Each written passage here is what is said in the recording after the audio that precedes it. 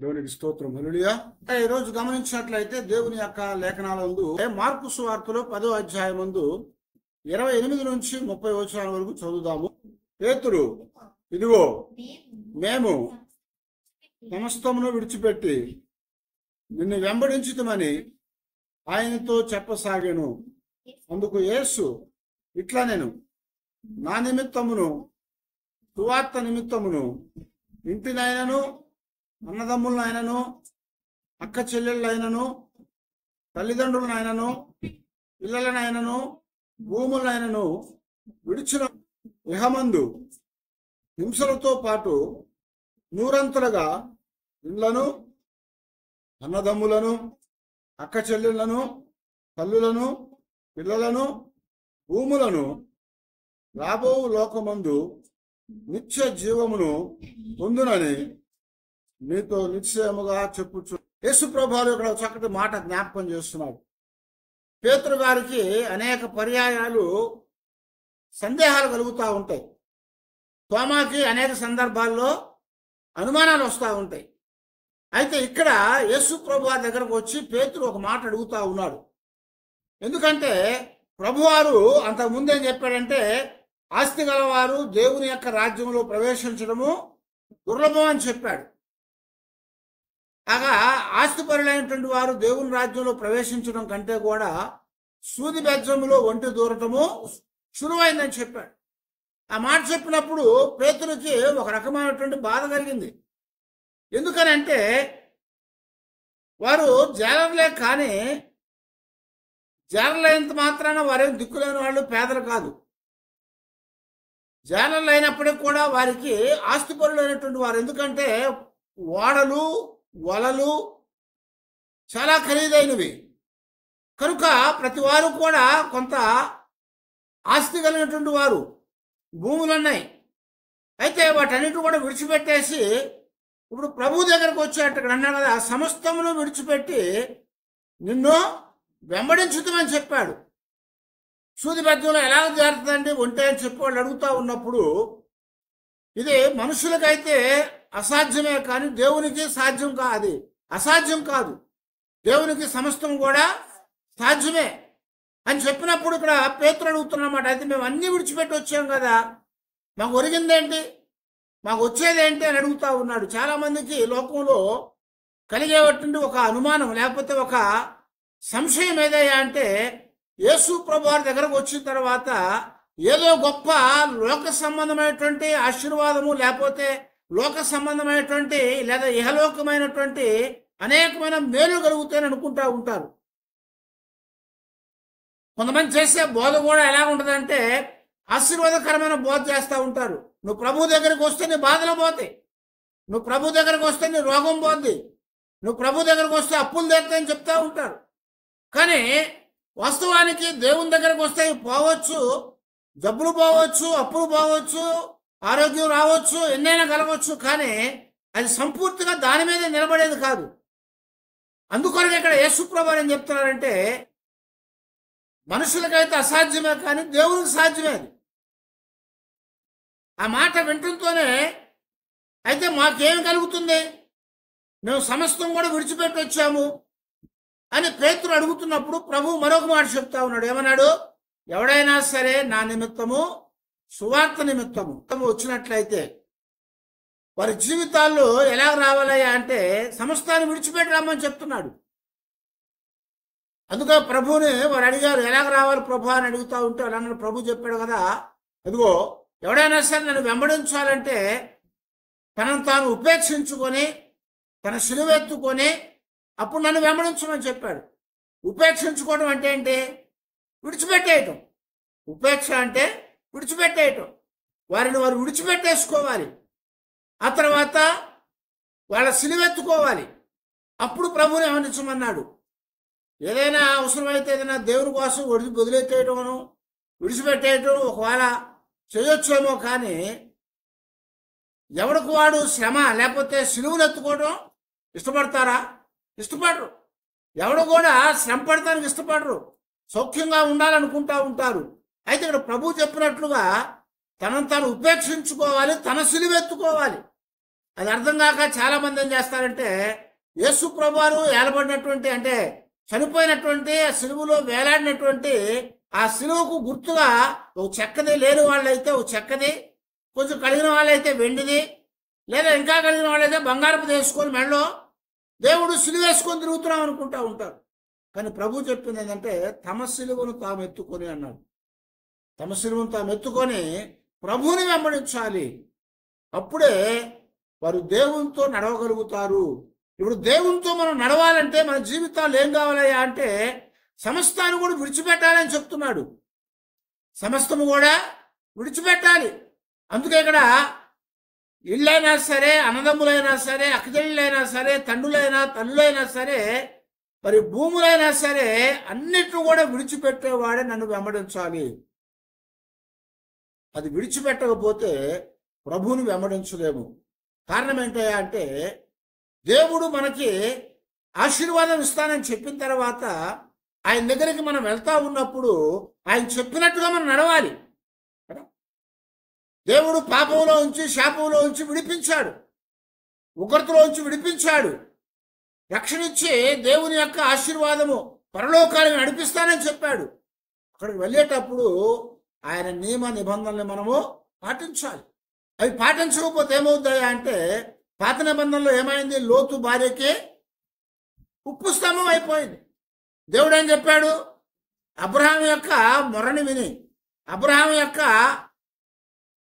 ఆ యొక్క విజ్ఞాపనను విని నీతిమంతులైనటువంటి లోతు కుటుంబాన్ని విడిపించాలనుకున్నాడు.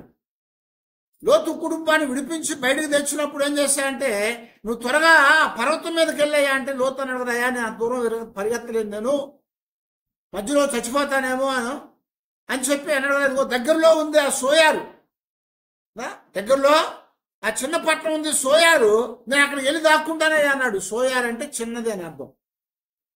పర్వతం అనేది పెద్దది. దేవుని ఆలోచన ఏంది, ఆ ఎత్తైన స్థలంలోకి వెళ్ళిపో, నువ్వు క్షేమంగా ఉంటావు అని చెప్పాడు. కానీ లోతు అంటున్నాడు కదా, నేను అక్కడ దాకా వెళ్ళానయ్యా, ఇదిగో చిన్నదైనటువంటి సోయారుకి వెళ్తాను, అక్కడికి వెళ్ళి దాక్కుంటాను అన్నాడు. అయితే దూతలు చెప్పారు కదా, నువ్వు అక్కడ చేరే వరకు నేను సొదొమ గొమొర్రాని నాశనం చేయమన్నాడు. దేవుడు వాగ్దానం చేసినప్పుడు అక్కడ చేరే వరకు నాశనం చేస్తాడా? చేయడు. ఒకవేళ ఈ పూట కొంచెం ఆలస్యం అయితే ఇంకొంచెం ఆలస్యంగా వెళ్తామేమో అక్కడికి. కానీ దేవుని మాట వినకుండా లోతు ఆ చిన్న పట్టణంలోకి వెళ్ళిపోతాను ఆయన, అక్కడికి పోనీ నన్ను అడిగినప్పుడు దూతలు ఓకే అన్నారు. అక్కడికి వెళ్తా ఉన్నాడు. ముందుగా చెప్పాడు, నువ్వు వెనుక తట్టు తిరగకుండా మీరు త్వరపడి వెళ్ళాలి. ఆ మాట విన్నటువంటి లోతు యొక్క భార్య ఏం చేసింది, వెనక్కి తట్టు తిరిగి చూసి. లోతు భార్య వెనక్కి చూడటానికి కారణం ఏంటి, విడిచిపెట్టినటువంటి ఇల్లు ఉంది అక్కడ, ఆస్తి ఉంది అక్కడ కదా, ఆడ బంధువులు ఉన్నారు, ఆడ తన పిల్లలకి చేయటానికి మాట్లాడుకోవటంటే అల్లుళ్ళు ఉన్నారు, ఇంకా సంపద ఉంది, ఇవన్నీ అక్కడ ఉండిపోయినాయి, అవన్నీ విడిచిపెట్టి వచ్చాం కదా అని చెప్పి వెనక్కి తిరిగి చూసేసింది. వెంటనే ఉప్పు స్తంభం అయిపోయింది. అయితే అక్కడ దేవుడు చెప్తున్నాడు కదా, వాటన్నిటిని విడవకపోతే నాతో పాటు మీరు నడవలేరు, వాటన్నిటిని విడవకపోతే మీరు చేరుకోవాల్సిన గమ్యాన్ని మీరు చేరుకోలేరు, వాటిని విడిచిపెట్టకపోతే నేను చెప్పినట్లుగా మీరు చేయలేరని చెప్తున్నాడు దేవుడు. దేవుని పనిలో ఉండాలంటే, దేవునితో పాటు నడవాలంటే దేవుడు మనకి విడిచిపెట్టమని చెప్పిన అన్ని కూడా విడిచిపెట్టగలిగినటువంటి వారంగా ఉండాలి. లేకపోతే మనము గమ్యాన్ని చేరుకోలేము కదా. చాలాసార్లు నేను చెప్పాను, దేమ అనేవాడు ఏం చేశాడంట, మధ్యలో దేవుణ్ణి దేవుని సేవకుల్ని అంతటిని కూడా విడిచిపెట్టేసి లోకాన్ని ప్రేమించి లోకంలోకి వెళ్ళిపోయాడు, లోకంలోకి వెళ్ళిపోయాడు. ఇంకా హొమేనియా, అలెగ్జాండర్ అనేటువంటి వారు ఉన్నారు. ఈ హొమేను, అలెగ్జాండర్ అనేటువంటి వారు ఏం చేశారంట, వారు కూడా లోకాన్ని ప్రేమించారు. విశ్వాసములో వారు భ్రష్టులైపోయి విశ్వాసపు నావా బద్దలైపోయి వారు చెడిపోయి పాడైపోయేటువంటి వారు అయిపోయారని చెప్తా ఉన్నాడు పౌలు గారు. అందుకొరకే దేవుడు చెప్పినట్లుగా మనం చేయగలిగితేనే ఆయనతో పాటు నడవగలుగుతాము, ఆయనతో పాటు మనం గమ్యాన్ని చేరుకోగలుగుతాం. అయితే ఇక్కడ పేతురు అడుగుతున్నాడు, ప్రభా అన్ని విడిచిపెట్టి వచ్చాం కదయ్యా అన్నాడు. నువ్వు సమస్తమును విడిచిపెట్టి నిన్ను వెంబడించుతమే అని ఆయన చెప్తున్నాడు. సమస్తాన్ని విడిచిపెట్టి నిన్ను వెంబడించాం కదా, ఇప్పుడు ఆస్తుల్లో పాస్తుల్లో అని అడుగుతా ఉన్నాడు. అందుకు ప్రభువు చెప్పినటువంటి మాట, అన్నిటిని విడిచిపెట్టి రావాలి. అలాంటి వారు ఎవరైనా ఉన్నారా అని చూస్తే బైబిల్లో కొంతమంది ఉన్నారు. దేవుడు అబ్రహామును పిలిచాడు.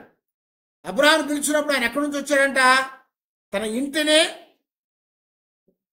తన తండ్రి యొక్క సమస్తాన్ని కూడా విడిచిపెట్టి వచ్చాడని చెప్తున్నాడు. ఆదికాండం 12వ అధ్యాయము మొదటి 4 వచనాలు చదవండి. యెహోవా, నీవు లేచి నీ దేశము నుండి, నీ బంధువుల యొద్ద నుండి, నీ తండ్రి ఇంట నుండి బయలుదేరి నేను నీకు చూపించు దేశమునకు వెళ్ళుము. నువ్వు గొప్ప జనముగా చేసి నిన్ను ఆశీర్వదించి నీ నామమును గొప్ప చేయుదును. హల్లెలూయా. అవునండి, నీవు లేచి నీ తండ్రి ఇంటి నుండి బయలుదేరి నేను నీకు చూపించు దేశమునకు వెళ్ళు. నేను నీకు చూపించే దేశానికి వెళ్ళు. నేను నిన్నేం చేస్తా అంటున్నాడు? గొప్ప జనముగా చేస్తాను, నిన్ను ఆశీర్వదిస్తాను, నీ నామాన్ని గొప్పగా చేస్తాను, నీ ఆశీర్వాదముగా ఉంటావని చెప్పాడు దేవుడు. ఇక్కడ నువ్వు ఆశీర్వాదకరంగా ఉంటావని చెప్తున్నాడు. అప్పటికి అబ్రహాం ఎవరో తెలీదు కదా. అబ్రహాం అంటే ఎవరో తెలీదు. ఆయన పేరేంది? అబ్రాం. ఏం పేరు? అబ్రాం. అబ్రాం వేరు, అబ్రహాం వేరు. అబ్రాం అనేది ముందు ఉన్నటువంటి పేరు. అబ్రహాం అనేది దేవుడు మార్చి పెట్టినటువంటి కొత్త పేరు. అయితే ఇక్కడ అబ్రాముగా ఉన్నాడు. ఆ అబ్రామును ఏమంటూ చెప్తున్నాడు దేవుడు?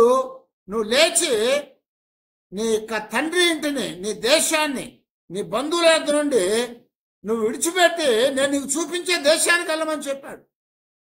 వెళ్ళమని చెప్పినప్పుడు అబ్రహాము అలాగే బయటకు వచ్చాడు. అలాగే బయటకు వచ్చాడు. హెబ్రీ పత్రికలో మనకు రాయబడతా ఉంటది, అబ్రహాము ఎక్కడికి వెళ్ళవలనో ఎరగకయే ఆయన బయలుదేరి వెళ్ళాను. ఏం చేశాడంట? ఎక్కడికి వెళ్ళాలో ఎరగకుండానే ఆయన బయలుదేరి బయటకు వచ్చాడని చెప్తున్నాను. నేను చూపిస్తానని చెప్పాడు కానీ దేవుడు చూపించలేదు. దేవుడు చూపించలేదు. కానీ అబ్రహాం ఏం చేశాడు? ఆయన వెంటనే బయటకు వచ్చి 5వ వచనం చదవండి. ఇప్పుడు అబ్రహాము తన భార్య అయిన శారాయిని, తన సహోదరుని కుమారుడైన లోతును, హారానులో తానును వారును అర్జించిన యావదాస్తిని, వారు సంపాదించిన సమస్తమైన వాటిని తీసుకొని కనాను అను దేశమునకు వెళ్ళుటకు బయలుదేరి కనాను అను దేశమునకు వచ్చిరి అని రాశాడు.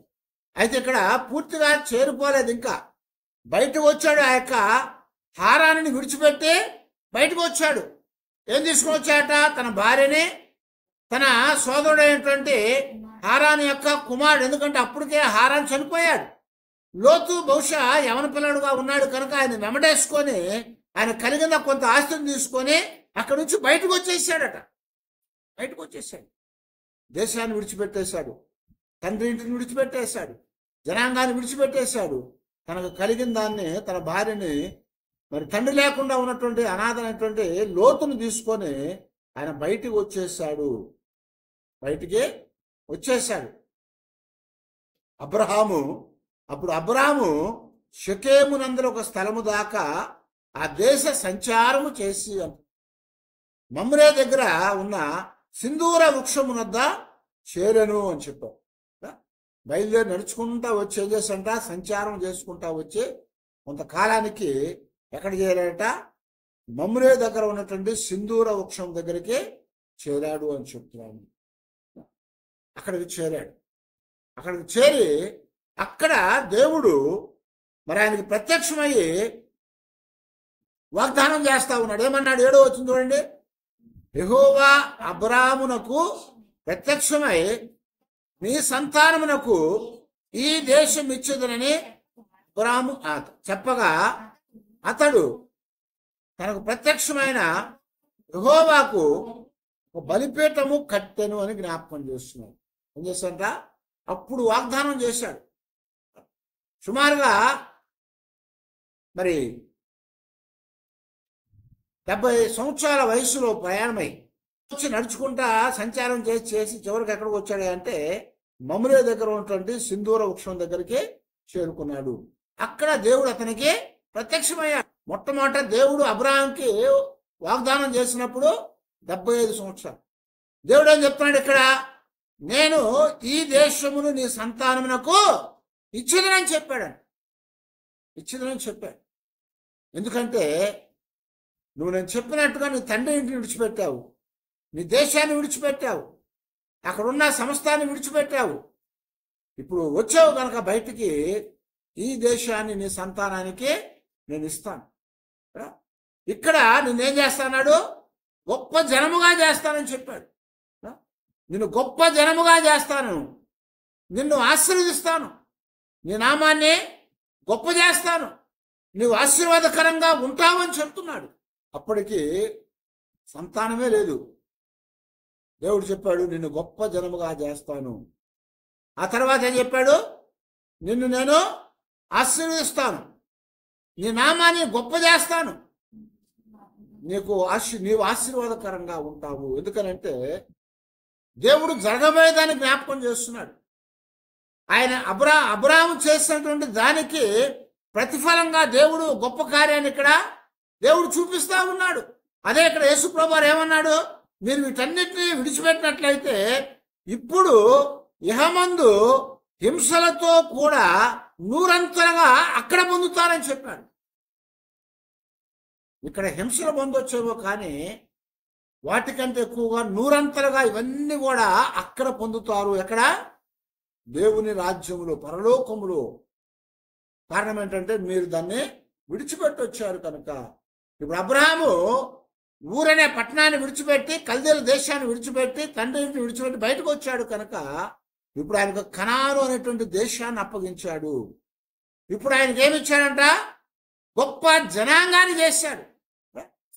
సంతానం లేని ఆయన్ని సంతానాన్ని ఇచ్చి, ఆ సంతానం ద్వారా 2 పిల్లల్నిచ్చి, ఆ 2 పిల్లల్లోంచి ఒకడికి 12 మందినిచ్చి, ఆ 12 మంది ద్వారా ఒక దేశాన్ని ఏర్పాటు చేశాడు. హల్లెలూయా.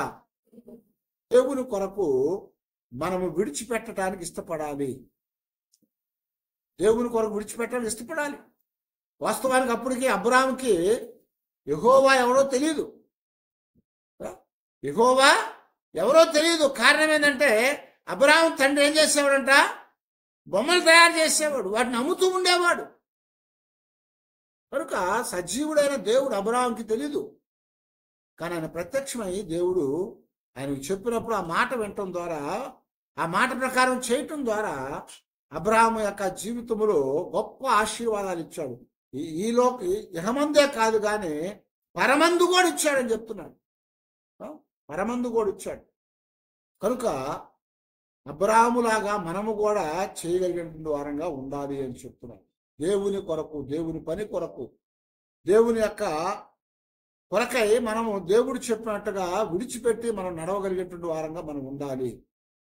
తర్వాత మరొక మాట మనం గమనిస్తూ ఉంటే, దేవుని కొరకు విడిచిపెట్టిన వాళ్ళు ఎవరున్నారయ్యా అంటే మరొక వ్యక్తి ఉన్నాడు. ఎవరైనా అంటే 1 రాజుల గ్రంథంలో 19వ అధ్యాయం 19వ వచనం చూస్తాం. చూడండి.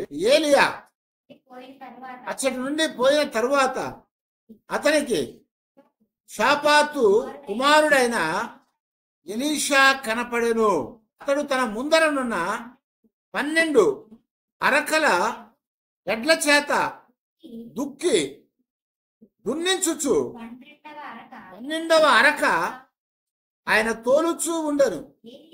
ఏలియా అతను చేరబోయి తన దుప్పటి అతని మీద వేయగా అతడు ఎడ్లను విడిచి ఏలియా వెంట పరిగెత్తి, నేను పోయి నా తల్లిదండ్రులను ముద్దు పెట్టుకొని తిరిగి వచ్చి నిన్ను వెంబడించుదనని చెప్పి అతను సెలవడుగా అతడు పోయిరమ్ము, నా వలన నీకు నిర్బంధము లేదని చెప్పాను. హల్లెలూయా.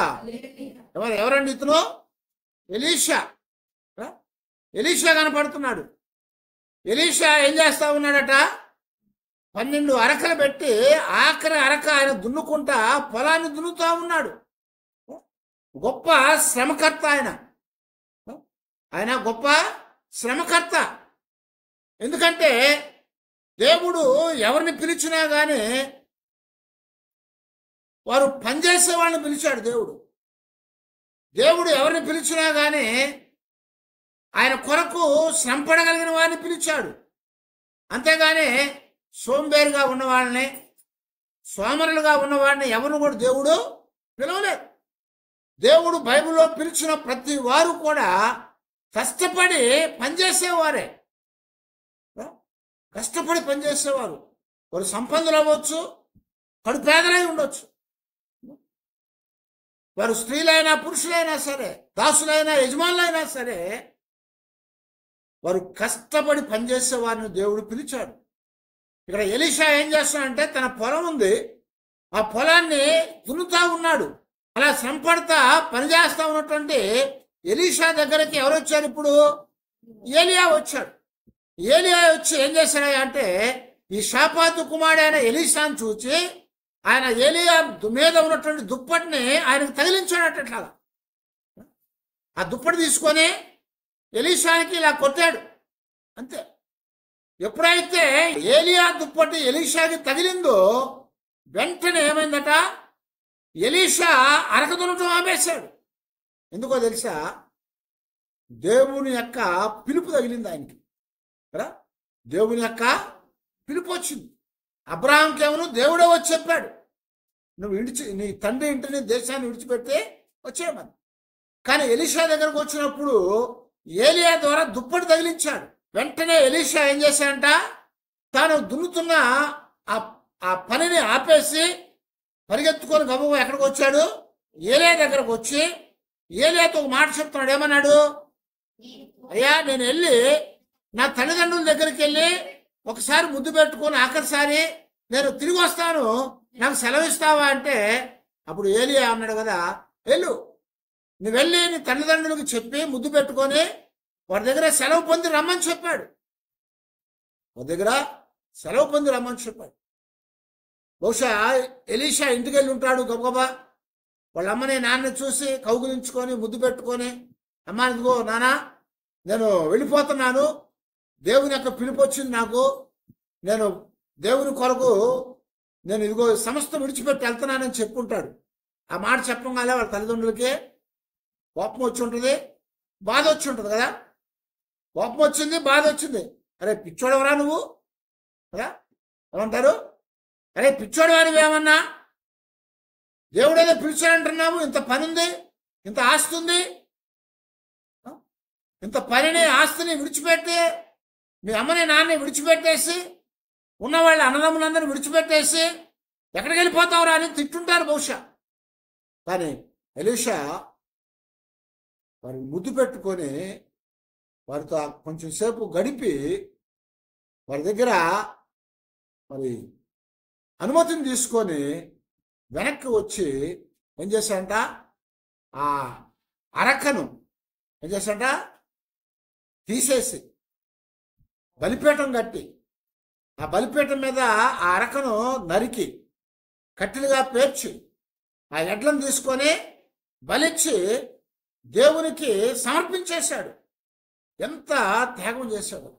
ఆ బలమైనటువంటి ఎడ్లని, ఉపయోగపడే ఎడ్లని వధించేసి దేవునికి అర్పించేసి ఆ పని విడిచిపెట్టేశాడు. ఇంకా ఆ పని విడిచిపెట్టేసి ఏ దుప్పటితో అయితే తాకాడో ఆ దుప్పటి కోసం వెంటబడి వెళ్ళిపోయాడు. ఇక్కడ ఇంటిని విడిచిపెట్టేశాడు, తల్లిదండ్రులు విడిచిపెట్టేశాడు. బహుశా మరి వివాహం అయిందో లేదో మనకు తెలియదు. మరి ఆస్తిని విడిచిపెట్టేశాడు, సమస్తాన్ని విడిచిపెట్టేసి దేవుని వెంబడించి దేవుని సేవలో ఆయన గొప్పగా వాడబడ్డాడు. ఏలియా మరి 16 అద్భుతాలు జరిగిస్తే ఎలీషా 32 అద్భుతాలు జరిగించాడు. ఎందుకంటే వాటిని విడిచిపెట్టి నన్ను వెంబడించిన వాడు, నా దగ్గరకు వచ్చిన వాడు నూరంతలుగా దీనికంటే పొందుతాడు అని చెప్పారు. ఆ తర్వాత మరొకరిని మనం గమనించినట్టు ఎవరు వచ్చారయ్యా అని మనం చూస్తూ ఉంటే, మరి హెబ్రీ పత్రికలో 11వ అధ్యాయం ముందు 24, 26 వచ్చాము చూస్తే దేవుడు మనకు జ్ఞాపకం చేస్తున్నాడు కదా. మోషే పెద్దవాడైనప్పుడు విశ్వాసమును బట్టి ఐగుప్తు ధనము కంటే క్రీస్తు విషయమైన నింద గొప్ప భాగ్యమని ఎంచుకొని అల్పకాలము పాప భోగము అనుభవించుట కంటే దేవుని ప్రజలతో శ్రమ అనుభవించుట మేలని యోచించి ఫరో కుమార్తె యొక్క కుమారుడని అనిపించుకొనుటకు ఒప్పుకొనలేదు. ఏలయనగా అతడు ప్రతిఫలముగా కలగబోవు బహుమానమందు దృష్టి ఉంచెను. హల్లెలూయా. ఎవరటైనా మోషే. మోషే ఏం చేశాడంట? అతడు పెద్దవాడైనప్పుడట విశ్వాసాన్ని బట్టి ఐగుప్తు ధనము కంటే కూడా క్రీస్తు విషయమైన నింద గొప్ప భాగ్యమని ఎంచుకున్నాడట. అప్పుడు యేసుప్రభు వారు శారీరకంగా భూమి మీద లేడు కదా. యేసుప్రభు వారు పుట్ల మోషే ఉన్నప్పుడు. కానీ యేసుప్రభు వారు ఏమన్నారు తెలుసా? శాస్త్రులు పరిశీలన అడుగుతుంటే మోషే కంటే ముందుగా ఉన్నవాడిని నేను చెప్పాడు. అబ్రాహాము కంటే ముందుగా ఉన్నవాడిని నేను చెప్పాడు.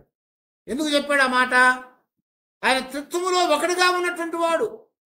తండ్రి కుమారుడు పరిశుద్ధాత్ముడు ఉన్నాడు కదా. ఇప్పుడు తండ్రి మాటలా వింటా ఉన్నప్పుడు, తండ్రిని చూస్తూ ఉన్నప్పుడు కుమారుడు పరిశుద్ధాత్ముడు కనపడుతున్నారు అక్కడ. కనుక మోషే ఏమైనా పెద్దవాడైనప్పుడట విశ్వాసాన్ని బట్టి ఐగుప్తు ధనము కంటే క్రీస్తు విషయమైన నింద గొప్ప భాగ్యమని ఎంచుకొని అల్పకాల పాప భోగము అనుభవించుట కంటే దేవుని ప్రజలతో శ్రమ అనుభవించుట మేలని యోచించాడు. దేవుని ప్రజలు ఏం చేస్తున్నారు? ఇప్పుడు అక్కడ ఐగుప్తు దేశంలో శ్రమ పడతా ఉన్నారు, బాధపడతా ఉన్నారు. మరి వారి శ్రమ ఎలాంటిదయ్యా అంటే బానిసత్వంలో ఉన్నారు. అయితే వారితో పాటు శ్రమ పొందటం అనేది గొప్ప మేలని ఎంచుకున్నాడట. శ్రమ పొందటం మేలు ఎవరికైనా కానీ. ఎవరికి వారు ఏమనుకుంటాం? సౌఖ్యంగా ఉండాలి, ఎలాంటి శ్రమ లేకుండా కష్టపడకుండా జాగ్రత్తగా కూర్చొని ఉండాలనుకుంటాం. కానీ ఇక్కడ మోషే ఏమనుకున్నా అంట? ఫరో కుమార్తె కుమారుడుగా, అంటే ఫరో కుమార్తె కుమారుడుగా ఆయన సింహాసనం మీద కూర్చొని చాలా హాయిగా ఉండొచ్చు. ఎందుకని? ఫరో తర్వాత ఫరో కాబోతున్నాడు. ఫరో తర్వాత ఫరో అయితే ఏమవుతాడు? రాజు అవుతాడు. ఆ రాజ్యంలో సమస్తం కూడా ఆయనవే. కానీ ఇక్కడ అవన్నీ కూడా విడిచిపెట్టి దేవుని ప్రజలతో శ్రమ పడటం మంచిదని ఎంచుకున్నాడు. ఎంచుకొని ఏం చేశారంటే ఫరో కుమార్తె యొక్క కుమారుడని అనిపించుకొనుటకు ఒప్పుకోలేదు. ఏలయనగా అతడు ప్రతిఫలముగా కలగబోవు బహుమానమునందు దృష్టి ఉంచాడు అని చెప్తున్నాడు. అందుకని ఐగుప్తు దేశాన్ని విడిచిపెట్టేశాడు. ఫరోగా రాజుగా కాబోయేటువంటి భాగ్యాన్ని విడిచిపెట్టాడు. ఫరో కుమార్తె యొక్క కుమారుడుగా అనిపించుకోవడానికి ఇష్టపడలేదు. ఐగుప్తు ధనాన్ని విడిచిపెట్టేశాడు.